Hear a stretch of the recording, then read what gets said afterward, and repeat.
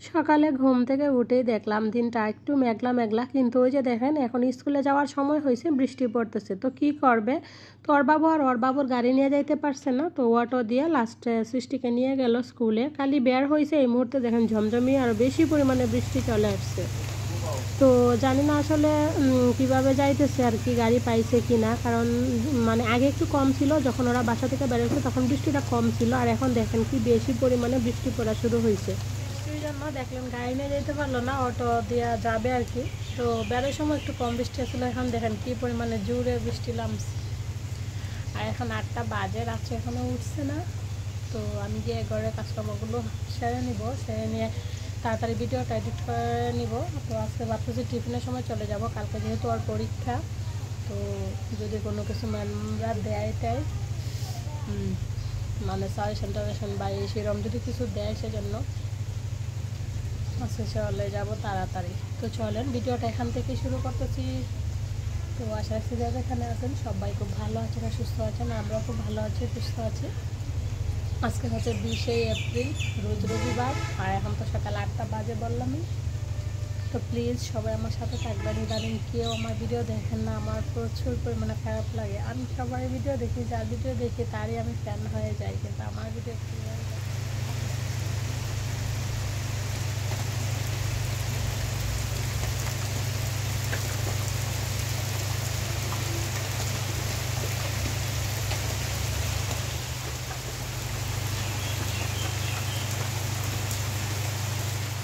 ভাবছিলাম টিফিন টাইমে যাব, কিন্তু যাইতে পারলাম না। এখন মোটামুটি টিফিন টাইম প্রায় শেষই হয়ে যাবে। এই মুহূর্তে আমি বাসা থেকে বের হয়েছি, আর এখন আবহাওয়াটা একটু ভালো হয়েছে, তো সেই জন্য আমি চলে যাচ্ছি স্কুলে সৃষ্টিকে আনার জন্য।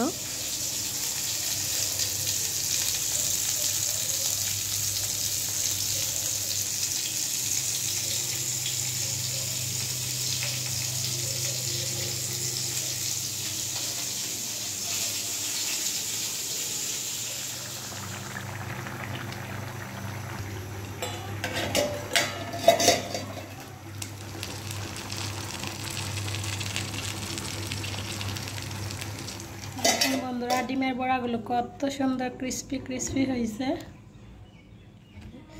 আরও আছে কড়াইয়ে। তো এই অল্প কয়টা আগে নামিয়ে নিলাম, ওর বাবু খাই আবার অফিসে চলে যাবে সেজন্য। তো ডিমের বড়া এখানে হচ্ছে টমেটো, সাজনা আর ধনে পাতা দিয়ে মুসুর ডাল, এখানে হচ্ছে মাছের পেটি দিয়ে বোনা।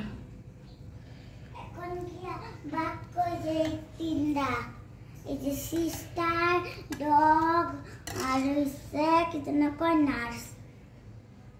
আজকে সকালে বৃষ্টির জন্য স্নান করি নাই, কারণ হচ্ছে যেহেতু সৃষ্টি স্কুলে গেছিল আর সকাল থেকে যেহেতু বৃষ্টি ছিল, ভাবলাম যদি সকালে স্নান করি, আবার ওকে নিয়ে যখন স্কুল থেকে আসবো তখন আবার বৃষ্টিতে যদি বৃষ্টি থাকে, এখন বলা তো যায় না, যদি বৃষ্টি থাকে তাহলে তো আমাকে ভিজতে হবে। তো সেই চিন্তা ভাবনা করে সকালে স্নান করি নাই।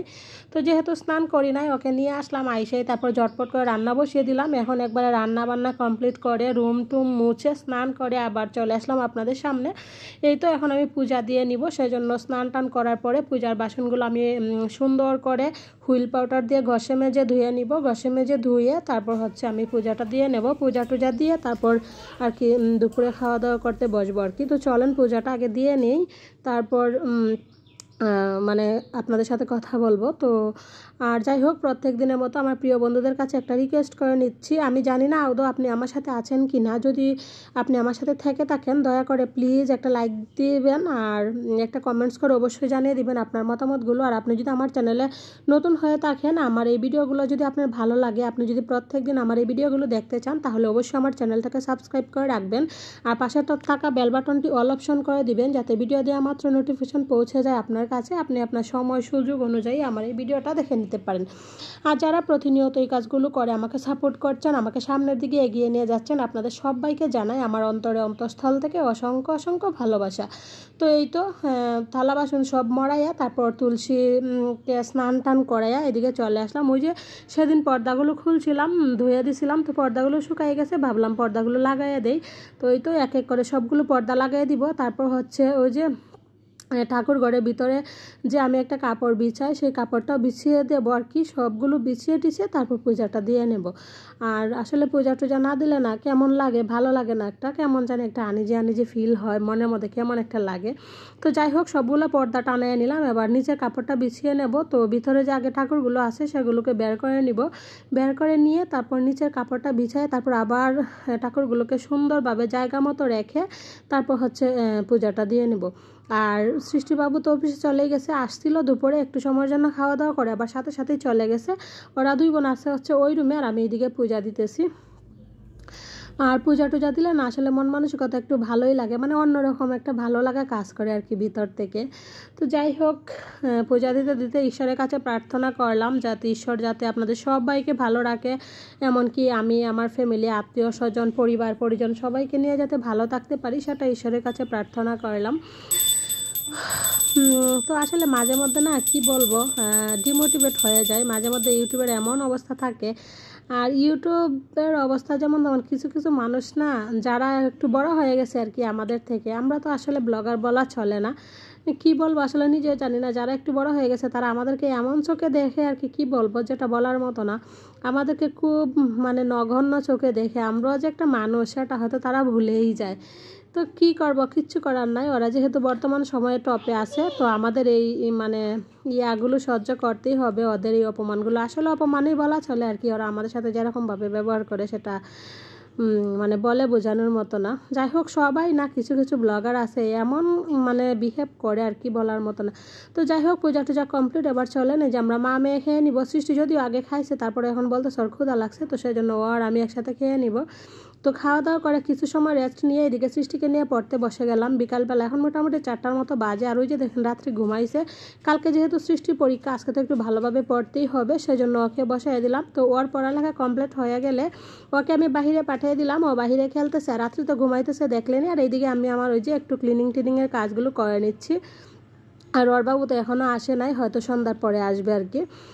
আর যে কোনো ফার্নিচার আসলে ক্লিন না করলে কিন্তু ভালো থাকে না, জিনিসটা দামি হোক বা কম দামি, সব কিছু কিন্তু আসলে আদর যত্নের উপরে নির্ভর করে। আপনি যেরকম একটা গাছ লাগাইলে অনেক যত্ন করে গাছটাকে বড় করে তুলতে হয়, যেমন একটা আমরা যদি চিন্তা করি আমাদের সন্তানগুলো কত লালন পালন করে আমাদের সন্তানগুলোকে ছোট থেকে বড় করিতে, আসলে জিনিসের ক্ষেত্রেও কিন্তু এরকম, যত দামি জিনিসই আমরা কিনি না কেন, সেই জিনিসটার প্রতি যদি আমরা যত্ন না রাখি তাহলে সেই জিনিসটা কখনোই ভালো থাকে না, তাই না? তো আদর যত্নের উপরে আসলে সব কিছু নির্ভর করে। তো যাই হোক, আপনাদের সাথে বকবক করতে করতে ফাইনালি সব কিছু একদম ক্লিন করে নিলাম। আর এই তো দেখেন ফাইনাল লুক। আর বাহিরে মোটামুটি সন্ধ্যা হয়ে আসছে, আমি আবার পর্দা দিয়ে দিব। আর কাজ করতে করতে না পানি পিপাসা পেয়ে গেছিলো, তো একটু পানি খেয়ে নিলাম। টেবিলটা যদিও মোছা ছিল, তারপরেও হালকা একটু রাপটাস করে দিলাম। তারপর ফ্রিজটা একটু মুছে নিলাম। এবার জানালাগুলো দিয়ে দিয়ে পর্দা টান দিয়ে দেবো, দিয়ে তারপর সন্ধ্যাবাতি ধরে টরে তারপর সৃষ্টিকে নিয়ে আবার পড়তে বসবো, কারণ কালকে পরীক্ষা বললামই। আর হ্যাঁ, অলরেডি কিন্তু আমার মেয়ে পরীক্ষা দিয়ে চলে আসছে, কারণ পরের দিন সকালে আমি ভয়েস ওভার করতেছি। তো এখন প্রায় 11টার মতো বাজে, আমার মেয়ের পরীক্ষা শেষ। তো যাই হোক, সামনে তো আরও পরীক্ষা আছে, আপনারা সবাই আমার মেয়ের জন্য আশীর্বাদ রাখবেন, ও যাতে ভালোভাবে পরীক্ষা দিতে পারে, মানুষের মতো মানুষ হইতে পারে জীবনে, সেটাই হচ্ছে আপনাদের কাছে আমার চাওয়া, এমনকি ঈশ্বরের কাছে প্রার্থনা। তো তারপরে এই যে দেখেন, আমি তো এদিকে দরজা জানালা পর্দাগুলো দিয়ে দিলাম। আর সৃষ্টি ওরা বলছিলাম না বাহিরে গেছে, ওই যে দেখেন ওরা বাহিরে খেলতেছে। তো শুভ সন্ধ্যা বন্ধুরা। তারপর চলে আসলাম সন্ধ্যার পরে, সন্ধ্যা হয়ে গেছে, সবাই মিলে একটু চা কফি খেয়ে নিব। তো ওর বাবু চলে আসছে অফিস থেকে, তো আমি চলে আসলাম একটু রান্না করে চা করার জন্য, কারণ চা না খাইলে আসলে ভালো লাগে না। আর আজকে সকালে যেহেতু চা খাই নাই, তো বিকালে তো মাস্ট বি চা খাইতেই হবে। তো এদিকে চা বসিয়ে দিলাম। আর এখন ভাবতেছি একটু আদা চা লেবু চা করবো। এই যে দেখেন ওর বাবু লেবু নিয়ে আসছে, আসার সময় অনেকগুলা লেবু নিয়ে আসছে, তো ভাবলাম একটু লেবু চা করি, আদা চা করি।